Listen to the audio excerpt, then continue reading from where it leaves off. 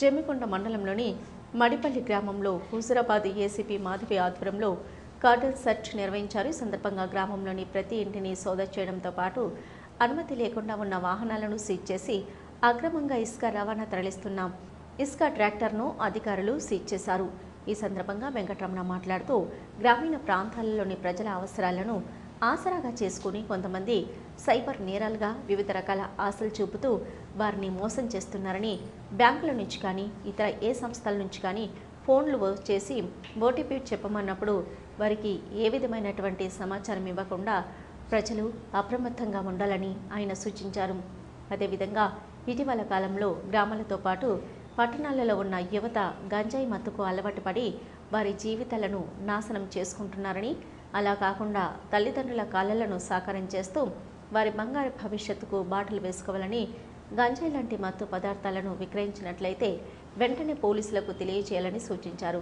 ఈ కార్డన్ సెర్చ్లో 3 సిఐలు, 6 ఎస్ఐలు, 89 మంది సిబ్బందితో పాటు ఇక dog squad, she team, cyber crime సంబంధించిన అధికారులు పాల్గొన్నట్లు వెల్లడించారు. డ్రగ్ రహిత జీవన శైలిని అనుసరిస్తారని, డ్రగ్ రహిత సమాజమే లక్ష్యంగా సాగుతున్న తెలంగాణ ప్రభుత్వ సంకల్పంలో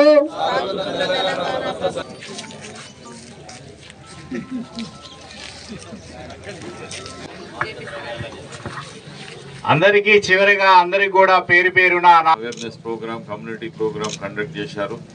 వాళ్ళందరినీ అభినందిస్తున్నాను. ఈ కార్యక్రమం పాత నేరస్తులు ఎవరన్నా ఉంటే వాళ్ళ గురించి వాళ్ళని ట్రేస్ చేయడానికి ఉపయోగపడే నంబర్ ప్లేట్లు సరిగా లేకుంటే వితౌట్ డాక్యుమెంట్స్ అలా ఒక శాండ్ ట్రాక్టర్ కూడా అక్రమ రవాణా చేస్తుంటే పట్టుకోవడం జరిగింది. మీరందరికీ మా సిబ్బంది ద్వారా మీలో అవేర్నెస్ కల్పించాలి. ఒకటి సైబర్ క్రైమ్, మనకు తెలియకుండానే ఇప్పుడు దొంగతనాలు, మన అకౌంట్లో ఉన్న డబ్బులు మొత్తం ఖాళీ చేస్తున్నారు.